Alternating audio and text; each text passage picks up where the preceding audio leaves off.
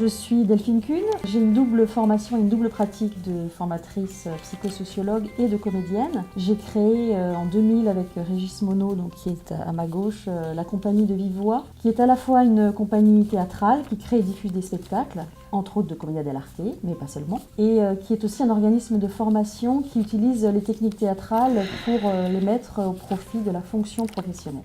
Donc moi je suis Régis Monod, je suis consultant formateur en communication relationnelle. Donc j'ai développé mon approche des Masquez-vous à partir de mon expérience en entreprise. Le but étant d'améliorer la qualité relationnelle des équipes. Et puis pour moi le constat que j'ai fait, c'est que si on conjoint agrément et puis efficacité, on contribue à une performance durable dans l'entreprise.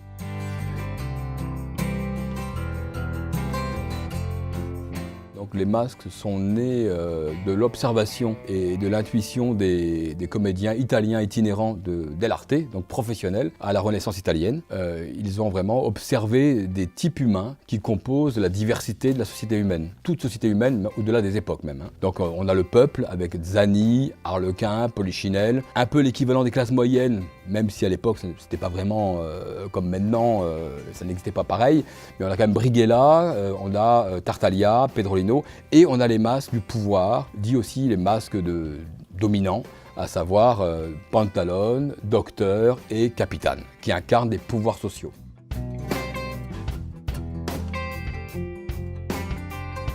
Alors elle s'adresse aux managers opérationnels, aux commerciaux, aux personnes chargées de ressources humaines aussi, ainsi qu'à tout professionnel de la relation. Toute personne amenée à être en contact avec une diversité humaine au quotidien.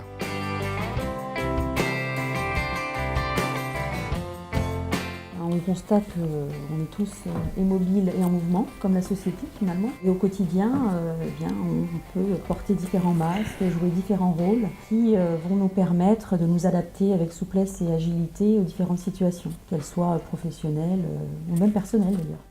Puis de même que nous disposons tous à la naissance du même éventail émotionnel, les 9 masques ils sont en nous. Alors bien sûr certains sont plus apparents, on le verra, ils dominent chez certaines personnes plus que chez d'autres. Ça c'est ce qui fait la spécificité, la singularité de chacun, comment les masques se combinent dans chaque personne. Et ils ont leur moteur, ils ont leur peur, chaque masque, et leur arrière-plan. C'est une connaissance qui m'a été transmise par Gérard Ladoucette, qui était mon premier professeur de jeu masqué en école de théâtre.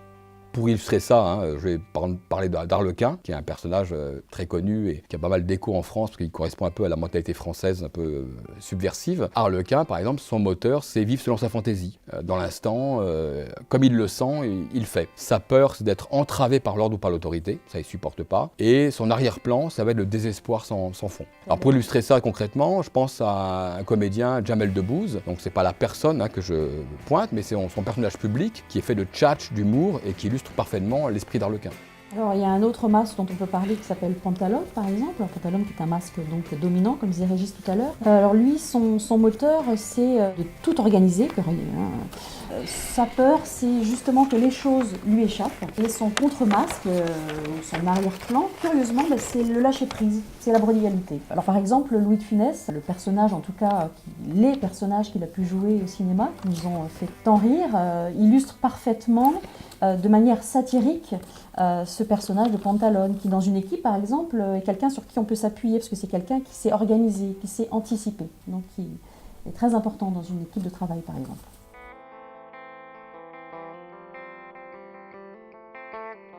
Bien sûr, même si les masques dominants chez une personne, donc les masques apparaissent plus que d'autres, de manière assez observable par les gens dans l'environnement, en aucun cas ils ne doivent être un enfermement dans une étiquette. Aucun masque ne nous définit totalement, parce qu'on est en mouvement. Et donc les 9 masques, il y a une danse des masques en nous, certains qui apparaissent plus facilement que d'autres. Ce qui est important, c'est de se dire qu'on peut convoquer les masques qui sont un peu en retrait pour faire appel à leurs ressources. C'est-à-dire leurs ressources, ça va nous permettre, et les moteurs qu'ils représentent, de pouvoir faire face à des situations sociales avec agilité et ainsi de renforcer à la fois notre aisance et notre efficacité relationnelle.